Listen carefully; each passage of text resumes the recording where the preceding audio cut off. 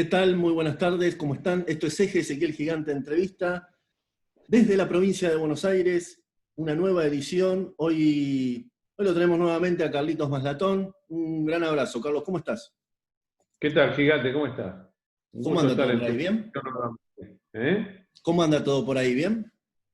Muy bien, siguiendo los acontecimientos, como siempre, los políticos, los económicos, los nacionales y los internacionales. Argentina, no te divertís, no te aburrís nunca en Argentina, es increíble, ¿eh? Muy mal Argentina, muy mal. La decisión del gobierno es cada día peor, ¿no? Ujú. De los gobiernos, porque acá hay una unión de tres gobiernos, el municipal de la Ciudad de Buenos Aires, el provincial y el nacional, que han tomado una decisión, desde mi punto de vista, totalmente equivocada, que es mantener eternamente la cuarentena y destruir la economía nacional. Parece hecho a propósito, ¿no? Esto va a tener consecuencias devastadoras para el futuro argentino. Bueno, Carlos, igualmente yo creo que estos temas ya los has tratado, pero en más las Zooms, en entrevistas por YouTube. Lo has repetido mucho, ¿no? A ver, nadie duda de lo que opinás, por ejemplo, del gobierno de Cambiemos. Nadie duda de lo que opinás de la actualidad y de lo que está haciendo Alberto Fernández. Nadie duda con qué te identificás vos, ¿no? Con qué presidentes y con qué no. Yo quería ir con algo más del día a día tuyo, algo más, salir un poco de lo que se habla siempre. Por ejemplo, yo recuerdo hace mucho una publicación donde te han hecho una cara que era muy parecida al barrio Eva Perón, ¿no? Que le pusieron Más la Town. ¿Te acordás de esa publicación? Que sale tu cara de Más perfil. la sí, sí, sí, sí, Bueno, sí, como, sí.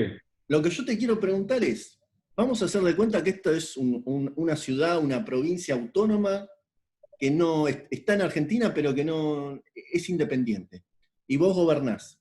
¿Qué permitís? ¿Qué no permitís? ¿Y cuál? Porque vos en esa publicación dijiste sería lo opuesto absoluto del gobierno de Horacio Rodríguez Larreta, ¿no? Vamos a imaginar Maslachaun. ¿Cómo sería Maslachaun? Cuando uno legisla o establece normas administrativas, cuando crea derecho, en realidad no es correcto decir qué está permitido, sino qué es lo que está prohibido. Lamentablemente, durante la actual cuarentena argentina, el gobierno adoptó como política legislativa, como técnica de creación de derecho, autorizar. Y la gente entiende que todo lo que no está autorizado está prohibido. En realidad es al revés la cosa. Las normas constitucionales argentinas obligan a todos los poderes del Estado a declarar qué es lo que está prohibido y todo el resto está permitido, ¿no? Son los principios también de cómo funciona el derecho penal. Todo lo que no es un tipo penal es campo de la libertad. Y acá lo mismo, en materia de derecho civil, en materia de derecho comercial, derecho penal, por supuesto, y también respecto a las normas de carácter administrativo, los derechos especiales, debería ser igual. Yo permito todo, prácticamente todo, muy pocas cosas están prohibidas. Sí, está prohibido cometer delitos del Código Penal. Pero a ver, por ejemplo, en Básicamente, materia de libertad comercial. Yo me imagino a todo el mundo comerciando con todo el mundo. Uber, no, plataforma P2P por todos lados. Me imagino. es muy importante la pregunta que estás haciendo. Esa libertad de comercio debe llegar al extremo en mi ideología de que no hay actividad regulada. También es una costumbre del siglo XXI definir entre actividad regulada y actividad no regulada. Y parece que todo tiende a ser actividad regulada, que cada oferente de bien o servicio tiene que adherirse a una norma general y cumplir con determinados requisitos de carácter administrativo. Yo estoy por la derogación de todo esto, porque no haya directamente licencias, que no haya patentes, que no haya concesiones. Las concesiones administrativas son exclusivamente cuando hay un espacio limitado, como decir, bueno, esto es una calle, una autopista, ¿quién la mantiene? Bueno, ahí sí vos tenés que dar una concesión, pero el resto es libertad de circulación. En comercio es total la libertad, no tiene que haber nada. En materia financiera, que por ejemplo es una de las áreas que se suele considerar que tiene que haber más regulación, esto es así porque hace unos 80 años se cambió el modelo financiero del mundo y se pasó de un sistema privado a un sistema público, semipúblico. Hoy el sistema bancario es un sistema prácticamente estatal. Los bancos en Argentina son casi dependencias del Banco Central, no pueden jugar, no pueden hacer absolutamente nada. Bueno, yo estoy por modificar esto, porque no exista más la superintendencia de banco del Banco Central, esto hay que quitarlo, pero al mismo tiempo tenés que avisarle a la gente que cuando confíe sus depósitos a un depositario, bueno, que sabe que puede quebrar, ¿no? Mm. Es decir, la readquisición de la actividad económica capitalista del siglo XIX, que es la que yo defiendo, requiere un periodo de información e de instrucción a las personas diciéndole, acá no tiene nada garantizado. ¿Querés hacer un fondo, querés participar de un fondo para tu jubilación? El Estado no se mete en eso, pero lo decidís vos. Y si quiebra el fondo no te va a salvar nadie, ¿eh? No hay salvación, se acaban las salvaciones de empresas privadas, se acaban las salvaciones de empresas públicas, no hay nada esencial. Hay que dejar funcionar el mercado. Entonces yo estoy pro libertad económica, pro libertad financiera, sin regulación, sin intervención, sometidas todas estas actividades a la libertad de la oferta y la demanda, a la autonomía de la voluntad, por utilizar viejos términos del derecho civil universal, pero sin regulación y sin organismos públicos que controlen la actividad. Solamente cuando hay una concesión de un espacio público o de un servicio que no se puede compartir, ahí sí tenemos más que una regulación, una norma de concesión del Estado respecto respecto del prestador privado que puede competir para ganar esa prestación. Pero generalmente es en el área de los servicios, en el área de los bienes yo te diría que nada. Mm. Respecto de las relaciones por afuera de esta ciudad hipotética o de este país hipotético, con el mundo total libertad, Mm. absolutamente total libertad. Después hay un montón de campos donde uno puede mantener opinión, por ejemplo, tiene que haber aranceles a la importación, a la exportación, decididamente no. La aduana como tal debe desaparecer. La aduana como fuente de ingreso del Estado tiene que ser derogada. Puede existir la seguridad en la aduana, pero no por razones económicas, puede existir por, bueno, no sé, por ingreso de determinado tipo de armamento, terrorismo, ese tipo de cosas, nada más, pero bueno, no sé, trata de personas, esas cosas hay que cuidarlas, hay que reprimirlas, pero eso no está, esos controles no van en relación a la libertad de comercio en sí mismo.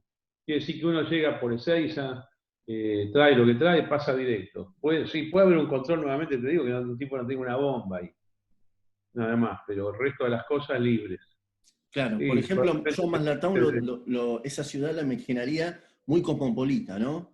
Como que hay de diversas nacionalidades, es como una especie de lugar donde habitan todos conociendo lo que está permitido, conociendo lo que no se puede hacer, que es dañar a un tercero, pero es como por ejemplo, ¿pedirías antecedentes penales para entrar? Pueden haber algunas normas restrictivas. Yo no soy tan absoluto en eso. Yo creo que sí, el país este que estamos imaginando puede tener sus normas migratorias, pero las normas migratorias, nuevamente, se pueden relacionar con la seguridad, pero no con motivos económicos. No de decir, bueno, acá tenemos determinada cantidad de médicos, ingenieros, especialistas en tal o cual actividad, entonces esto permitimos, esto no. Esa clase de limitaciones no, pero sí podemos decir que personas de determinada zona con determinados antecedentes o que nos parecen en principio peligrosos por uno u otro motivo, nuevamente relacionados con la seguridad, pueden ser no aceptados. Mm. Así que sí, claro, claro, sí, yo le doy poder a nuestro Estado para, digamos, tomar alguna decisión en el sentido de no ingreso de determinado tipo de personas o de personas en particular. Por supuesto que todo eso puede ser apelable, ¿no? No puede ser una norma absoluta. Alguien que está rechazado, dice, bueno, ok, listo, puede ser que sea un error de nuestro propio país, puede ser un error una confusión de personas, una información que no es tal o cual cosa. Por ejemplo, se me ocurre alguien que tiene antecedentes de persecución por evasión tributaria en una determinada jurisdicción, y sí, va a salir en los archivos, va a decir, este tipo está procesado, no sé. Bueno, pero ¿cuál es la infracción que cometió? Mató a un tipo, bueno, ese no entra. Violó a un menor, violó a una persona mayor, no importa. Ese no entra. Ahora, evadió impuestos en el Congo, ¿viste? O evadió impuestos en la Venezuela de Maduro, del chavismo, y yo lo dejo venir.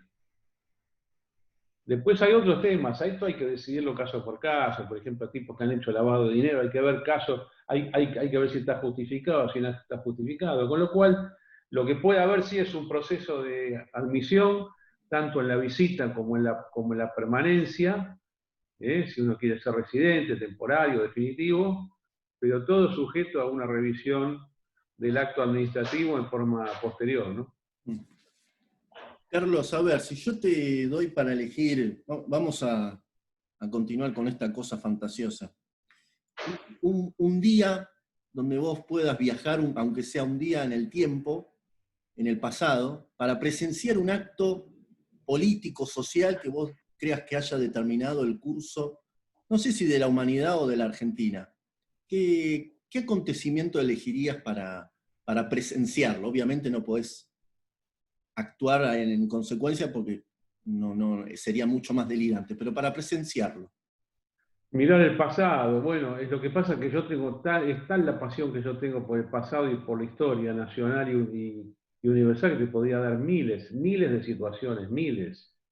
Eh, pero si estuviese en Argentina, si me permitieras volver a la Argentina desde la época de la creación del virreinato en 1776, en la actualidad, y tengo que elegir uno, vos me decís uno solo, Bueno, uno solo. vamos a poner tres. Tres y no Bueno, solamente en Argentina, en el mundo. bueno, vamos entonces a uno del siglo XX, donde yo quisiera haber estado y no estuve, el 17 de octubre de 1945. Yo hubiera querido estar en la Plaza de Mayo. Es un acontecimiento increíble donde un sistema político nacido 2 años antes, 2 años y medio antes, encarcela a uno de sus funcionarios más importantes y finalmente es forzado a liberarlo. Y ese funcionario, Perón, digamos, es admitida su participación en elecciones que gana al año siguiente. Es muy importante ese momento del siglo XX. El siglo XIX, y a mí me hubiera gustado estar en dos batallas, básicamente en dos batallas de la independencia. Tengo que elegir una, de la segunda expedición al Alto Perú. Yo elegiría la batalla de Salta, y después la batalla de Chacabuco, en el cruce de los Andes de San Martín. Me parecen momentos importantes. Y claro, me estoy olvidando de algo donde yo quisiera haber estado, lo pasa así contemporáneo y no pude estar, pero de hecho es una frustración muy grande. Pero déjame viajar a 1982, las Islas Malvinas, Monte Longdon y Tumbledown, esas dos batallas que se dan entre el 11 y el 14 de junio de 1982, y yo quisiera haber estado, ¿no?, en la defensa argentina. No me importa que después el resultado de la guerra no fue el que todos esperábamos, o el que por lo menos yo esperaba, o más que esperaba, que deseara, que yo deseaba efectivamente el triunfo de las armas argentinas. Esto es como que es muy reciente, ¿no? Lo tengo en la mente en forma casi diaria. Pero sí, elegí básicamente dos hechos del siglo XIX. Yo le doy un poquito menos de importancia, como te das cuenta, quizás a una asamblea constituyente, a una declaración de independencia, a un cabildo abierto. Bueno, porque tengo una mentalidad un poquito más épica, ¿no? Pero sí estoy nombrando acontecimientos que tuvieron lugar a su vez, que tuvieron su correlato en hechos políticos que son los que permitieron esas campañas militares, o por lo menos, en todo caso, son los hechos militares los que generaron consecuencias políticas. En la historia universal, y nuevamente, y yo me voy a la Segunda Guerra Mundial, realmente, claramente a la Segunda Guerra Mundial. Puede ser la batalla de las Ardenas, puede ser Normandía, puede ser Guadalcanal, Iwo Jima, todos estos hechos que determinaron el triunfo de las armas occidentales o de los aliados, si querés, Stalingrado, Leningrado, hubiera querido estar ahí, viendo del lado aliado y viendo la confrontación contra las fuerzas del eje, contra Alemania nazi. Segunda Guerra Mundial es algo que tengo sumamente presente en mi mente también de forma casi diaria. ¿Crees que Argentina debió haber tomado una posición muchísimo antes de lo que hizo? Y claro, Argentina debió haber participado en la Segunda Guerra Mundial, enviando ejércitos, enviando naves, enviando barcos, me refiero, ¿no? Y hubiera sido otra, la historia argentina hubiera sido completamente otra. Los Estados Unidos premian a los aliados, pero premian a los aliados en forma increíble. Pasás a ser un íntimo amigo de los Estados Unidos. Pero yo no creo que Argentina debió haber participado activamente contra el eje por un negocio, sino por un tema de principios. Fueron muy difíciles esos 5 años. La humanidad corría peligro de caer en un totalitarismo extremo con todas las consecuencias de matanzas generalizadas de personas, de campos de exterminio, de cámaras de gas. No tenía límites Alemania en ese momento. El proyecto nacional socialista era eso. Fíjate que Brasil, la participación de Brasil y los 1000 muertos que tuvo, bueno, fue debidamente recompensado por Estados Unidos eso. Siempre Brasil pasó a ser primera prioridad absoluta en América Latina. Fue un error histórico de Argentina, sí. Gravísimo error. Gravísimo error no estar del bando aliado en la Segunda Guerra Mundial. Carlos, a ver, yo rescato algo increíble de vos, que es el respeto muy grande que tenés, y eso te lo agradezco por mi condición de católico, que es a las iglesias, a la religión, pero por sobre todo a Jesucristo, ¿no? Vos lo respetás muchísimo, y muchas veces, digamos, imaginando ideologías, siempre lo consideraste como una persona liberal. ¿Por qué crees que Jesús, de haber tenido una ideología, hubiese sido liberal anti-Estado, digamos? No, porque tuvo ideología.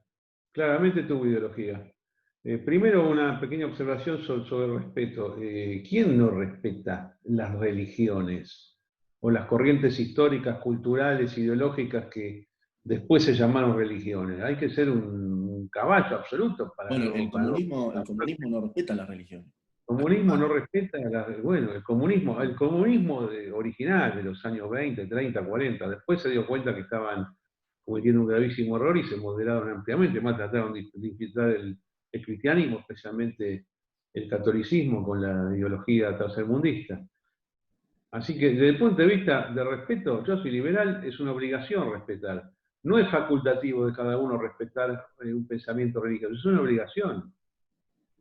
Cuando uno habla de libertad de cultos, que es un valor constitucional argentino y es un valor creado por el liberalismo inclusive desde antes del siglo XIX, del siglo XVIII, y antes también en países como Holanda, los que eran tolerantes religiosamente. No se trata solamente de decir, bueno, ok, vos practicás tu religión. No, además yo tengo la obligación de no discriminar, de no agredir a nadie.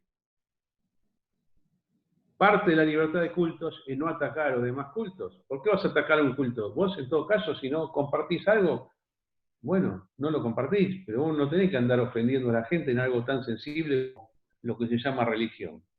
Aclarado este punto, vamos al tema del cristianismo.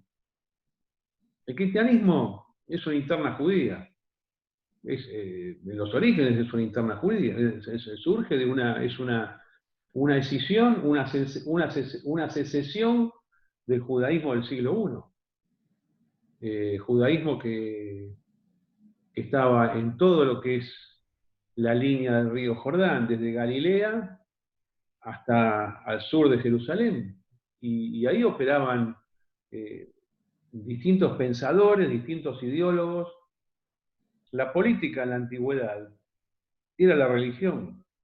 Hoy en día para nosotros la religión es nuestra relación con Dios. Y se dice, no mezclarlo con el Estado, no mezclarlo con los asuntos públicos. Pero en la antigüedad no era así.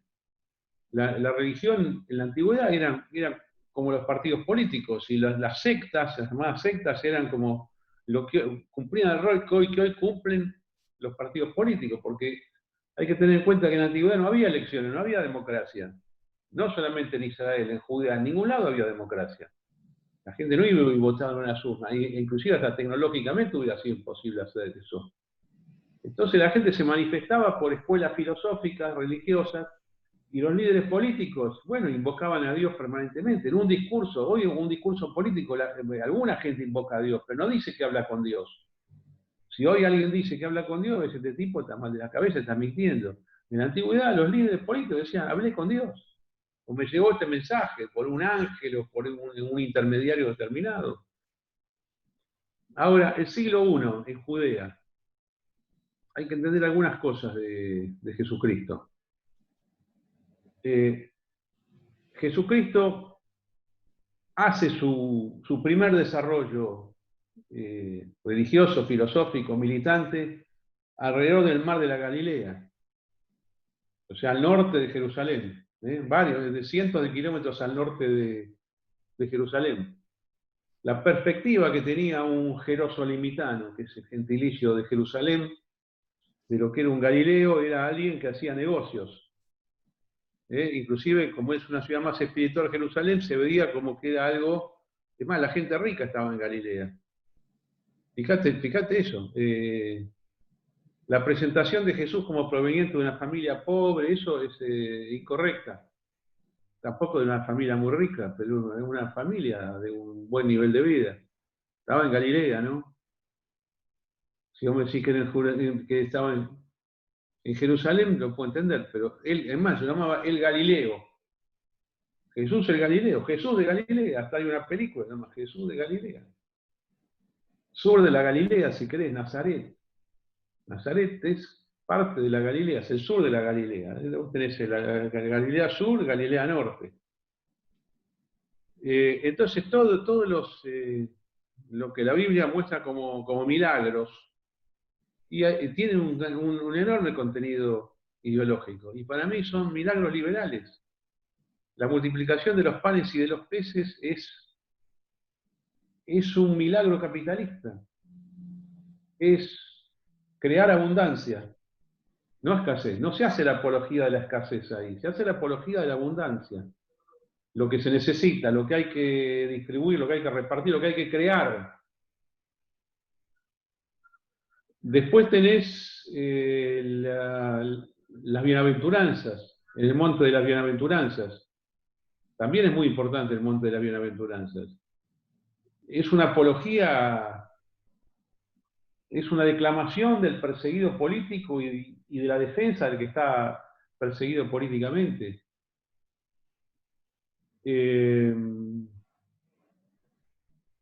La parábola del hijo pródigo es absolutamente liberal y capitalista, porque es el perdón a un jugador. El juego no está bien visto por la maquinaria productiva capitalista. Se lo perdona, bueno, que vuelva, que se regenere. Con el recaudador de impuestos, lo mismo. Está visto como un mal hombre, el recaudador de impuestos, no obstante lo cual merece ser perdonado, puede ser perdonado. Los samaritanos, por ejemplo, hay que entender el tema del buen samaritano. Entre la secesión de los reinos, del reino de Jerusalén, del rey Salomón y David, y Jesucristo, hay 950 años de diferencia. 920, si querés. 930 años. Mirá lo que estamos hablando, ¿eh? Un milenio. Los hebreos de la época se dividen en dos. Quedan 10 tribus, que las tribus no son otra cosa que punteros políticos de la época. Dirigentes políticos, como si tomáramos el Gran Buenos Aires y dijésemos Almirante Brown, Florencio Varela, Avellaneda. Bueno, esas eran las tribus, los jefes. Los jefes que tenían manejos territoriales. 10 tribus quedan del lado del norte, quedan del lado de lo que se llamó el reino de Israel con capital en Samaria. Y 2 tribus, Benjamín y Judá, quedan en Jerusalén. Y esa separación, ese desprecio de Jerusalén al samaritano, al cual se lo ve como un tipo que se fue, que traicionó. Para colmo, el reino de Samaria, el reino de Israel, que es en el norte, desaparece allá por el año 720, 730. Es decir, era tal el desorden administrativo, político y el caos que aquí reinaba, que es tomado por el imperio asirio. Después, por supuesto, el reino de Jerusalén cae en el año 575, 580 por Babilonia, pero vuelve, se puede reconstruir. Esto es el siglo V o VI antes de Cristo, ¿no? Es decir, tenemos el siglo X, que es la secesión, el siglo V, el tema el siglo VI en realidad, el tema de la invasión babilónica. Pero después el reino de Judea se restablece y es en ese contexto donde nace Jesucristo y donde él escucha, esto más allá de que uno considera que sea Dios o enviado de Dios, esto es muy válido también el que lo vea de esa manera. Pero veamos al Jesús hombre. El Jesús hombre nació escuchando insultos contra el samaritano. Era como decir, este es el traidor. Eso había pasado muchísimo tiempo antes. Estamos hablando de 9 siglos. Y Jesús en ese sentido es integracionista. No, ¿qué problema hay que sea samaritano? Bienvenido de vuelta. Jesús es un militante contra el Estado romano. Hay que entender que el pueblo judío estaba dominado por Roma. No era independiente en ese momento. Había sido independiente en los tiempos macabeos, un siglo antes, 2 siglos antes, pero no era independiente en los tiempos que él vivió. No era independiente ni cuando nació, ni cuando murió. El día del nacimiento, la resurrección, cada uno lo puede ver eso como quiera, ¿no? Ahora, por ejemplo, alguno te puede decir la Pero explicación de lo que los mercaderes del quiero, templo. lo que quiero clarificar con esto es que él hace una militancia contra la ocupación, no en esos términos, porque él atribuye responsabilidad a la jerarquía judía de la época y a Roma al mismo tiempo. Vamos al tema del templo, pero él, o sea, vos pensás, es el tipo que está en la base del pueblo. No es que sea el pueblo inculto, porque en esa época había lo que hoy nosotros llamamos clase baja en el judaísmo en la antigüedad, se llamaba Am Haaretz. O sea, el pueblo de la tierra sería, el pueblo de la tierra. El pueblo de la tierra eran los analfabetos, los que no podían leer la Biblia, ni rezar, ni nada. Sí, iban al templo, pero escuchaban y repetían algunas cosas. No estamos en el siglo XX, la gente era mayoritariamente analfabeta. En todo el mundo era así. 20, 30% podía leer, escribir. El judaísmo más que en ningún otro pueblo, en este sentido, el nivel de alfabetismo era muy alto. Pero él se coloca frente al Imperio Romano en la postura del dominado, el dominado que clama por derechos, pero casi como que se burla del poder. Se burla del poder. Quiere pasar por el costado del poder. Y esto es una postura liberal. Con respecto al templo, el tema de los mercaderes llega a nuestros días de esa manera, los mercaderes del templo, y uno se imagina que alrededor del templo había como una kermesa y tipos que compraban y vendían cosas y era como si fuese un supermercado. En realidad no es eso el mercado del templo. El templo lo que tenía, el templo de Jerusalén.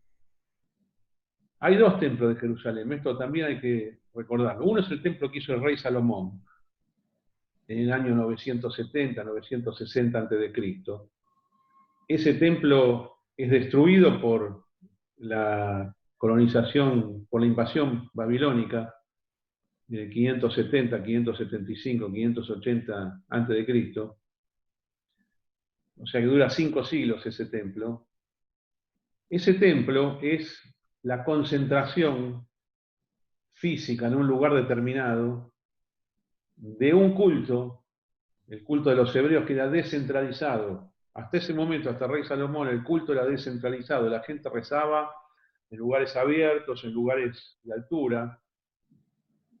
Algo parecido a como hoy podría ser las religiones protestantes. Es decir, como que están dispersas en todos lados, pero que no hay un templo central.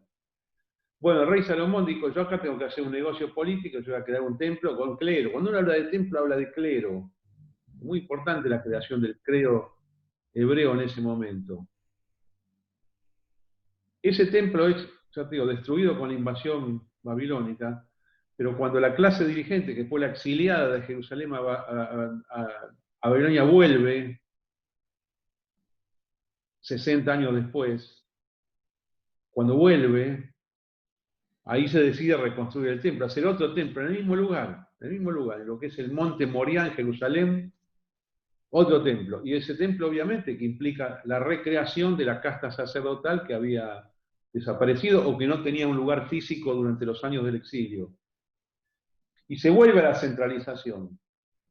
Siempre que hay un clero en un lugar, especialmente en la capital de un país, al lado de la sede de gobierno, y se genera un tema de disputa. Pero ¿quién gobierna? ¿Quién gobierna el reino de Jerusalén? ¿Quién gobierna el país cuando nace Jesucristo? Que algunas personas dicen que no nació en el año 0, que nació en el -4 o en el -6. Porque hay diversas controversias en materia de calendarios. ¿Pero quién gobierna? Y bueno, hay un gobierno interino judío y está el gobierno de Roma, ¿no? La legión romana, está el procurador, está una autoridad extranjera. Y además está el templo, que tiene su fuerza. Pero no se sabía bien quién era cuando el judaísmo era un estado teocrático, que no es el actual Israel, pero en ese momento, el imperio de David y Salomón el reino de David y Salomón era teocrático, y los sucesivos experimentos hebreos hasta Jesucristo eran estados teocráticos, dominados o no dominados según los tiempos. Pero esto, si vos te pones en el simple ciudadano que observa, y observa autoridades poderosas, una autoridad poderosa del templo. El templo en ese momento, la costumbre era que uno lo visitaba una vez al año, una vez en la vida, lo que pudiera, ¿no? Bajaba desde cualquier lugar del antiguo Israel, bajaba hasta Jerusalén, como hoy puede pasar con el Islam en la peregrinación a la Meca, pero imagínate en esa época lo que tardabas en llegar, hacían 1 kilómetro por día, 2 kilómetros por día, a lo mejor. Y entonces, la costumbre de hacer sacrificios, ¿de qué? De animales. De animales. No sé, la gente en un momento de la historia se le ocurre que la forma de honrar a Dios era hacer sacrificio de animales. Hoy nos parece una barbaridad eso, pero hace 2000 años era una cosa común. Es más, era una cosa de avanzada, gigante, porque había pueblos que hacían sacrificios humanos. ¿Entendés? O sea, humanos, ¿no? En lugar de humanos, animales. Entonces, bueno, medio que la fanfarronería de la gente era, bueno, yo hago un animal más grande que otro y más importante.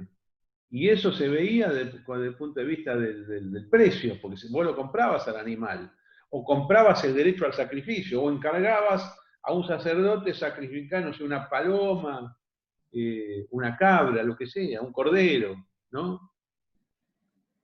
Y vos lo pagabas eso, lo pagabas con una moneda del templo, una moneda, físicamente una moneda del templo. Esto vale, no sé, tantos ciclos, lo que sea, esto vale, compralo. Ahora vos con qué lo comprás, vos traías tu moneda de metal precioso de otro lado, de Egipto, podía ser romana, podía ser griega, podía ser de los distintos lugares de donde vos podías provenir. Los mercados lo que eran cambistas, directamente cambistas, cambiaban la moneda de un lugar por la moneda del templo. Y ahí hacían grandes diferencias de cambio. Y además no había un mercado libre, ¿sí? No es que había, como hoy en día, una pantalla hoy de Reuters, de Bloomberg, flotación cambiaria. No era el euro contra el dólar, el yen contra la libra, no era así. Ni siquiera el peso argentino contra el dólar en el mercado negro. Era tipo de cambio fijo. Hoy el cambio es esto. Y obviamente que era desproporcionado. Era muy caro comprar la moneda del templo. Vos tenías que dar, en relación a las características esenciales de esa moneda, mucho más moneda extranjera para poder comprar la moneda del templo y tener el derecho al sacrificio. Y eso es lo que vio Jesús como injusto, caro, abusivo. Pero ¿esa es una proclama anticapitalista? ¿O en realidad el razonamiento es liberal? ¿O habrá sido una prédica contra el monopolio cambiario, forzoso? Y yo, juntando todos los elementos, los diferentes milagros que tienen tremendo contenido, viendo el espíritu del monte de la bienaventuranza, viendo esta prédica en alrededor del templo de Jerusalén, en las escalinatas del templo, y yo te digo, para mí eso es liberal. Eso, si uno lleva el liberalismo del siglo XVIII a la época, decís, bueno, ¿cuál era el colectivista y cuál era el liberal? No es que el liberalismo nació con la Revolución Francesa, con la Revolución Americana, con los pensadores ingleses. No, el liberalismo es un concepto casi lógico de las ideas políticas. Y vos a lo largo del tiempo tenés gente que es colectivista y gente que es liberal, con otro nombre en el pasado. El liberalismo, ahí en el siglo I, en Jerusalén, en el año 25 después de Cristo, 30, 40, y era Jesucristo. No era el único, probablemente no era el único, había muchos más. Todos operaban de esa manera, como Jesucristo. Todo líder político hacía eso, hacía secta, hacía escuela, hacía campos de reflexión con la militancia. Uno tenía más éxito que otro. La historia de Jesucristo, por la muerte particular que tuvo y porque mucha gente lo vio, dice que lo vio resucitar, bueno, tuvo una historia distinta, ¿no? Y después siguió un camino distinto del judaísmo histórico. Pero no importa, viene de ahí. Si yo me coloco, no sé, en el año 110, 120, 130 después de Cristo, en los tiempos de Bar Kokhba, Bar Kokhba es un patriotero judío que lucha contra los romanos. La ciudad de Jerusalén cae en manos romanas en el año 70. En el año 73 cae la fortaleza de Masada. Y ahí uno dice, bueno, se extingue el judaísmo antiguo. No se extinguió porque la resistencia siguió. En el año 132 después de Cristo, hasta ahí hubo una rebelión, que es la rebelión de Bar Kokhba y Rabbi Akiva. Pero me pregunto yo qué pensarían ellos del cristianismo. ¿Cuánto contacto tendrían? ¿Cuán informada estuvo Bar Kokhba casi un siglo después de Cristo? Un siglo, gigante, estamos hablando, prácticamente. ¿Cuánta información tenía? ¿Qué leyó? ¿Lo leyó a Flavio Josefo? Y yo lo dudo. Para mí es como, o sea, vos imaginate lo que son 100 años hoy en día. 100 años tenés que irte a 1920. Te quedan algunos papeles, te quedan algunos documentos. Dentro de poco nos vamos a ir encontrando con grabaciones de hace un siglo. Yo escuché una grabación de 1906, hay algunas cosas. ¿De Pero verdad? cada vez, ¿Sí? Pero, sí, cada vez vamos a ir viendo más y más grabaciones.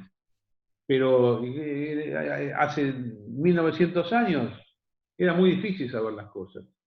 Entonces la historia es una historia de indicios, de reconstrucción, y falta descubrir un montón de situaciones, testimonios, documentos que están bajo tierra. Ahí en Jerusalén vos excavás y vas encontrando cosas increíbles, pero primero es difícil excavar, mucha gente se ofende, y además hay que saber mucho, ¿no? Hay que saber, pero muchísimo, es toda una vida. Los tipos que se dedican a eso, toda la vida.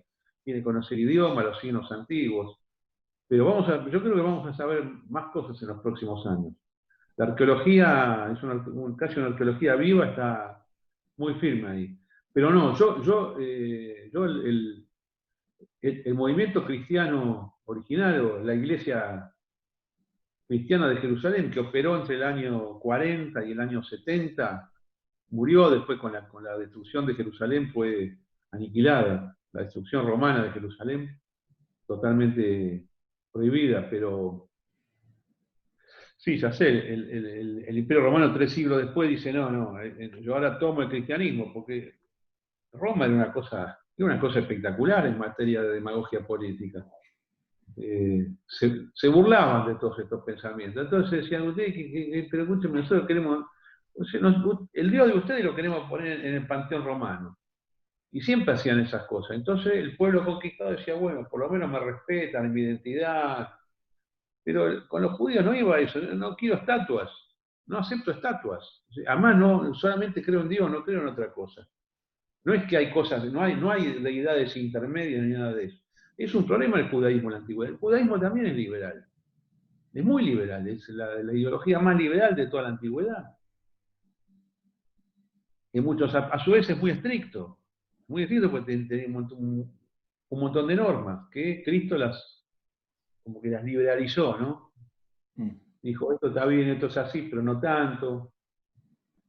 Pero fíjate, gigante, que la última cena, que es lo que hoy se rememora en el Jueves Santo a la noche, Jueves Santo de Semana Santa, ahí, por ahí, en la ciudad vieja de Jerusalén, en lo que hoy se llama el cenáculo, en la ciudad de David, que uno puede visitar ese lugar hoy en día. Hay una energía muy especial en el cenáculo en Jerusalén. Especialmente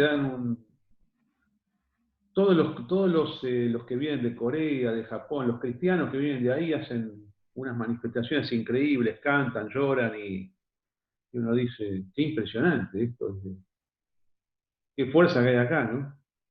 Y vos vas caminando 1,5 kilómetros, yo lo hice muchísimas veces, inclusive el Jueves Santo en Jerusalén, y caminando el cenáculo hasta lo que se llama la iglesia del Getsemaní, que es el Getsemaní en esa época, en el siglo I, era un sitio en Jerusalén afuera de la ciudad, 1,5 kilómetros, que era el lugar de la prensa del olivo, del aceite de olivo. Ah, Es en ese lugar donde tiene la huerta lugar de olivo, sí. la huerta de los olivos, el monte, la huerta de los olivos en el monte de los olivos, en el famoso monte de los olivos. Bueno, Jesús va caminando con los apóstoles después de la cena de Pesaj, o sea, porque justamente la cena de Pascua, ¿qué rememora la cena de Pascua? La salida de los judíos de Egipto. La última cena de Cristo es la rememoración de la salida de los judíos de Egipto, que los judíos festejan una vez por año, una festividad que se llama Pesaj o Pascua, que es una fiesta de la libertad, justamente. Imagínate el liberalismo, que nos liberamos de la esclavitud, además es todo un espíritu que es muy liberal. Bueno, va caminando desde el cenáculo. Yo varias veces estuve ahí, hablé con algunos curas y yo hago preguntas muy raras a veces. Digo, para vos, ¿a qué hora fue la última cena? Mirá lo que le digo, ¿a qué hora fue la última cena de Jesucristo? Porque es mes de marzo, mes de abril. Yo veo el sol como está. Los tipos me miran raro, pero al final los he llevado a un diálogo y convinimos que era a las 5:30, 6 de la tarde. No puede haber sido más tarde. Por lógica de cómo es el sol ahí, el sol es igual, no ha cambiado en 2000 años. Cómo cae el sol sobre la Tierra. La rotación, la traslación es exactamente la misma. Bueno, se va caminando con los apóstoles desde el cenáculo hasta Getsemaní, y es ahí donde se produce lo que se llama la agonía de Jesús. La agonía de Jesús. Y hoy en día lo que tenés ahí es la iglesia del Getsemaní, justamente, también un lugar que tiene una energía increíble. Pero yo no sé por qué, por ahí es una sensación mía, pero lo que yo siento, valga la redundancia, es que es muy liberal todo eso, toda esa caminata, la agonía de Jesús, porque en definitiva es el oprimido contra el poderoso. Yo sé que la derecha tiene también la apología de la fuerza, pero la derecha tiene las dos cosas. Tiene la apología de la fuerza, pero siempre que esa fuerza sea justa. Y tiene también la defensa del que está oprimido, del que no tiene fuerza, pero que tiene razón. Eso es la derecha liberal. no es que el malo le gana al bueno, no es así. El bueno le tiene que ganar al malo. A veces se gana desde el Estado en una causa justa, como la que dijimos recién, la campaña de Belgrano, la segunda al Alto Perú, el cruce de los Andes, la batalla de Chacabuco o Maipú. Y otra cosa es desde las bases mismas. O el liberalismo del siglo XVIII no fue la lucha contra el absolutismo monárquico, o contra la monarquía ilustrada. Y las primeras formas de liberalismo no son acaso la lucha de los hombres libres de la ciudad contra los engendros del feudalismo. Es liberalismo también. Y yo personalmente, como me siento, y yo a veces me siento parte de una fuerza poderosa e importante. Por ejemplo, con el Estado argentino, cuando defiende una causa justa, o en una conflagración mundial, con los aliados en la Segunda Guerra Mundial, como dijimos recién. Pero en otros momentos vos te toca estar abajo.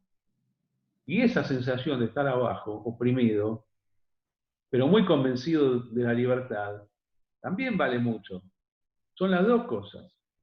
Por eso, el liberalismo tiene esto desde abajo, o sea, tiene mucho desde arriba, que es en su fase más conservadora y más nacional, y tiene mucho de abajo, que es la pelea por los derechos. Ahora en Argentina, ¿cómo me siento? Yo me siento casi un esclavo del Estado, del gobierno de Larreta, Fernández, Larreta y Kicillof, que para mí es un triunvirato maoísta. Lo que han hecho durante la cuarentena es una cosa totalmente inadmisible e imperdonable. Yo los puse en una lista negra desde el punto de vista personal. O sea, para mí esos tipos son invotables para siempre. Y van a tener que pagar lo que hicieron, porque se les ocurrió a ellos que nosotros tenemos que estar encerrados sin razón alguna. Estamos así. ¿Cómo me siento ahora? Como un liberal oprimido. Y bueno, ¿qué tiene que hacer? Tiene que resistir, militar, opinar. Son las dos cosas. Yo al cristianismo originario lo veo así, como un liberalismo de base. Después tenemos otra, los judíos tenemos otra etapa histórica, por ejemplo, la de los macabeos, que también fue la lucha contra el poderoso, contra los griegos seleucidas, pero, bueno, con algo mucho más armado, y era combate directo. A veces se combate con las armas y a veces se combate con las ideas. El caso de Jesucristo fue un combate con las ideas, y fue liberal. Yo estoy convencido que fue liberal. Son analogías que hace, ¿no? Que se llama Claro. ni partido liberal, ni hablar de libertad, igualdad, fraternidad, pero casi cosas equivalentes. Carlos, Esa es mi línea. me gustaría tocar un tema que es muy importante. Yo le doy mucha importancia a las elecciones en Estados Unidos, porque justamente creo que son las que equilibran o desequilibran las cuestiones en Medio Oriente, generan a veces guerras absurdas o, digamos, traen paz. Con el tema de los últimos acontecimientos con Floyd y que hay muchas encuestas que lo dan a Trump por debajo de Biden, ¿qué opinión te da todo esto? Bueno, lo de Floyd es claramente un homicidio policial, casi intencional. Yo ni siquiera creo que fue un exceso. Duró como 9 minutos, ¿no? La agonía del tipo este. No me importa que haya sido antes un criminal, no me importa, bueno, no se mata a una persona. Así, la policía cuando captura a alguien no puede matarlo, salvo que, digamos, corra peligro, que no es el caso, como claramente mostró la afirmación. Creo que es un caso gravísimo de racismo en un país que no es racista. O sea, Estados Unidos no es racista. Un loco racista hay, pero no es un país racista. Lleva 60 años combatiendo al racismo y como ejemplo de integración liberal, como ejemplo de no discriminación. ¿Le puede haber pegado a Trump esto? Y yo pienso que no. Esto sucedió en un estado que no era republicano. Hermano, ¿qué tiene que ver el presidente con un policía que mató a un tipo que había capturado? No hay relación, ni directa, ni indirecta, ni nada. A mí me parece que, bueno, esto por supuesto que dio lugar a protestas y actos de violencia. En esos actos de violencia está, digamos, la reacción del ciudadano común que no quiere violencia. ¿Qué se anda rompiendo todo, tirando estatuas, pegando? Para mí eso, yo no creo que esos sean votos digamos, no creo que el efecto de eso le pueda afectar a Trump y fortalecer la capacidad electoral del Partido Demócrata. Es mucho más importante lo que pasó con el coronavirus y con la caída de los mercados durante febrero y marzo. En este sentido, bueno, yo cuando se fue desarrollando esa baja, yo dije, para mí una baja transitoria que se iba a revertir. Efectivamente pasó eso, primero en los mercados, pero también la economía ya se está revirtiendo. En el día de hoy, de hoy y mañana salen los indicadores de empleo más importantes, que salen una vez por mes, y bueno, se crearon casi 5 millones de empleos en el último mes, 5 millones y 2 millones y medio el mes anterior. O sea, vos perdiste 38 millones de puestos, pero ya recuperaste 8, 9, no sé cuánto, por ahí anda. Y es importante, esto es gracias a la flexibilidad laboral norteamericana. A mí me parece que va a recuperar Trump, esto que dan las encuestas, yo pienso que va a recuperar. Además, hace 4 años pasaba lo mismo, ¿no? Con Hillary Clinton, estaba arriba, arriba, arriba, al final terminó estando arriba Trump. Faltan los debates. Yo tengo confianza en que él pueda ganar la reelección. Igual ha cometido muchos errores, con sus colaboradores, insultando gente, echando gente. El tipo es muy complicado en ese sentido, pero lo mismo yo creo que se va a imponer, o por lo menos es el deseo mío. A veces uno no quiere mezclar deseo con opinión o con predicción. Bueno, pero es lo que yo creo. Yo creo que se va a terminar imponiendo. La revuelta racista o antirracista creo que se va a terminar licuando. Pero la sociedad, por supuesto, es muy igualitaria.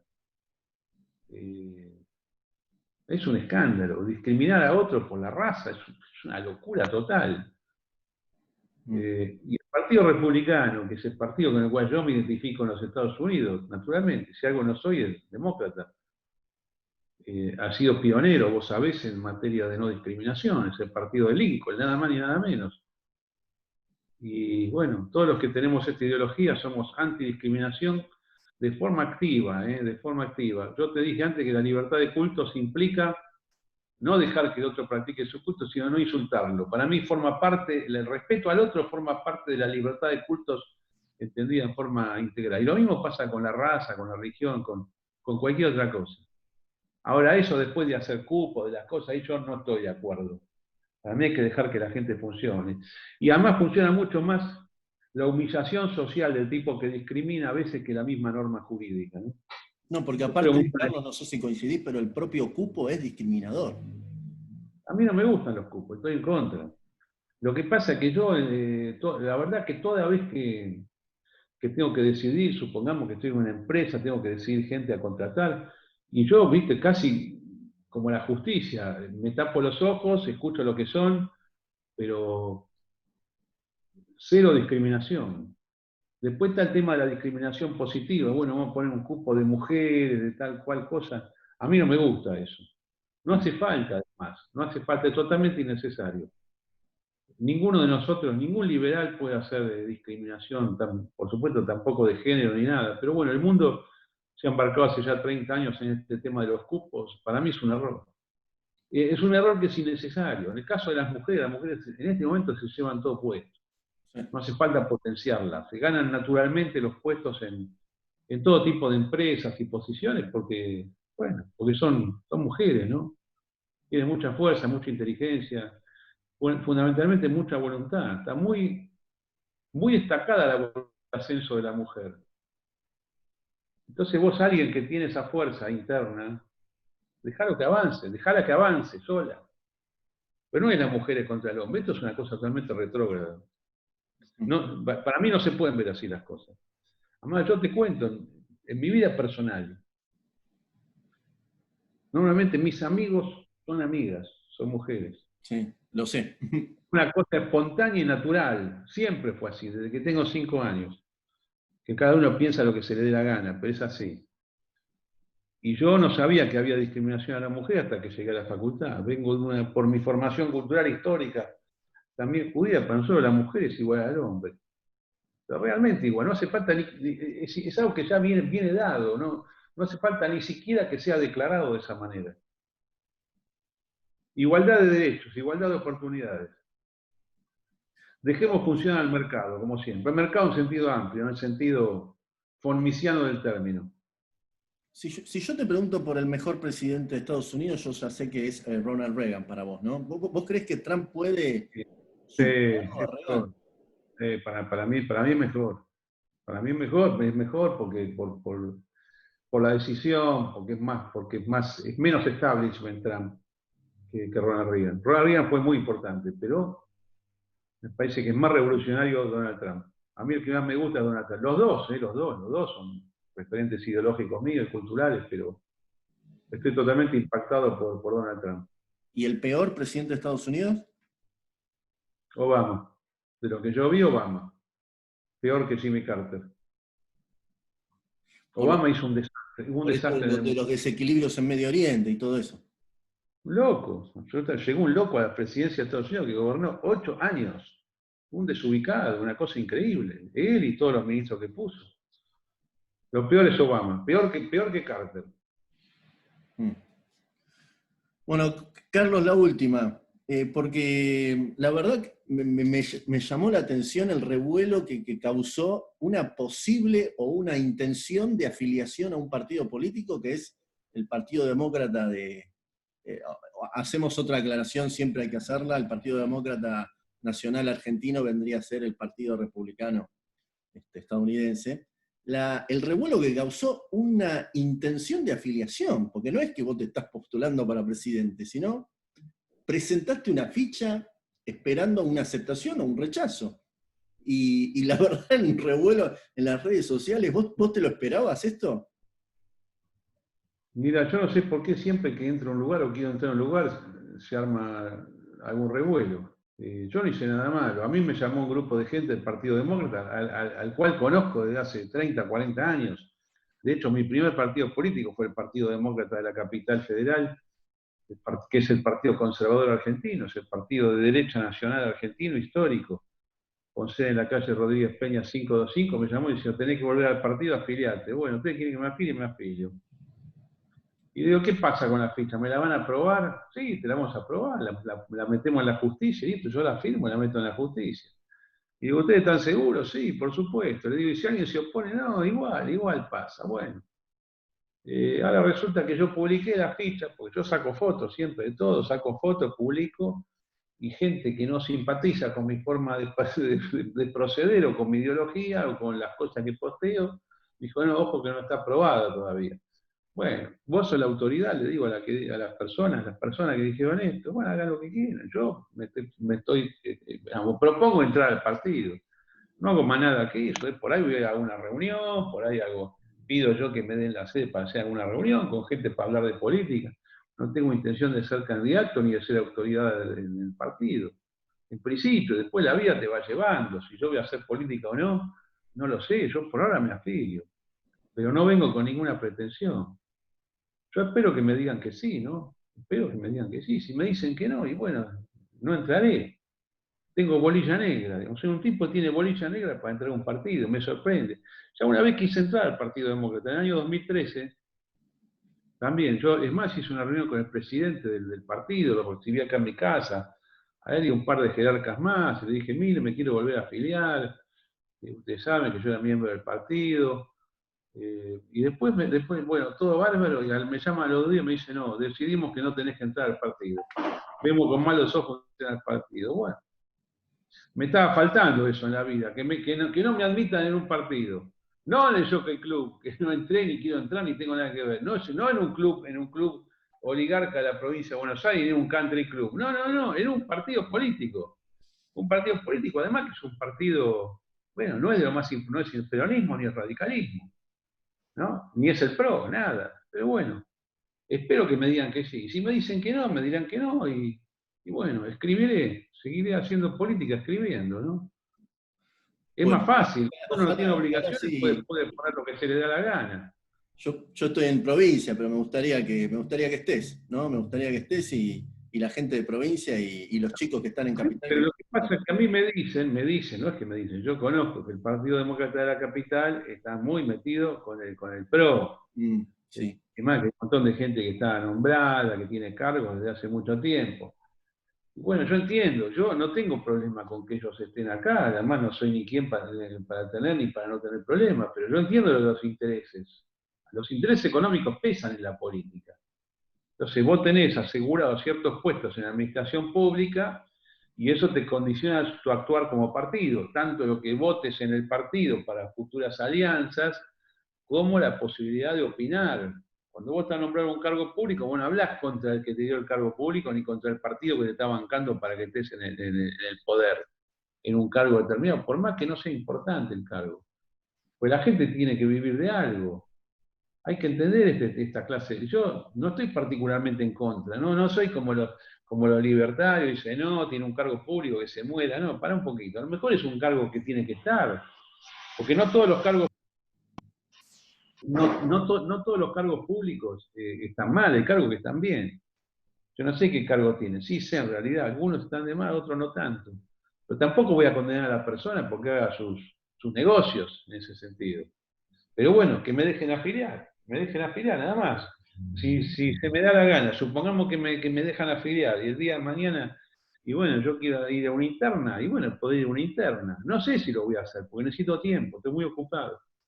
Pero por lo menos para divertirnos un ratito, ¿no? Por supuesto que esto consumo respeto a las autoridades, no voy a entrar para insultar a nadie, que no se preocupen, no sé si esto sigue como mensaje o no, pero sinceramente en este momento no tengo mayor ningún plan ni ningún interés en desestabilizar nada. Bueno, Pero por ahí una hago consulta ficha. técnica. ¿La justicia electoral está aceptando fichas en este momento con el tema del parate? Yo creo que no, hasta donde me informa no, pero por ahí se puede ir, ahí a Tucumán 1320 y a partidos políticos, no sé, yo creo que está cerrada, para mí está cerrada. Pero bueno, en algún momento se va a abrir. ¿Cuánto tiempo va a estar cerrada la justicia? 4 meses ya más que esté cerrada la justicia, está cerrado el país. Cuando se abra, mis amigos llevarán mi ficha, eso es lo que yo supongo. Ujú. Y Bueno, veremos qué Carlitos, pasa. sí, bueno, no, agradecerte, la verdad que fue una charla espectacular. Bueno, yo la subo al canal de YouTube, que es Ezequiel Gigante Entrevista, pero creo que la charla de hoy fue para alquilar barcones, para todos los que somos amantes Bueno, de la muchísimas historia. gracias por el interés, siempre un placer estar en tu programa y seguimos hablando y nos Sí, encontramos próximamente ojalá que abra algún restaurante, siempre algún clandestino, ¿eh? Podemos ir a algún restaurante clandestino. Yo soy violador sistemático de la cuarentena maoísta, marxista, leninista, stalinista del gobierno, de los 3 gobiernos, de la provincia, de la capital y el nacional. Gracias, hasta la ¿No próxima. te bajaste la aplicación Cuidar? No. No, si quieren que sigan los movimientos míos, monitoreándome por el celular. Pero yo no de ninguna manera voy a pedir permiso para nada. Yo no le pido permiso al gobierno para ejercer mis derechos. Si no les gusta como yo me muevo, a dónde voy, procedan como quieran. Nos vamos a defender. Bueno, Carlos, Gracias, Gigante, por un la abrazo muy entrevista. Gracias. grande. Un abrazo muy Mucha grande. suerte. Chao, chao.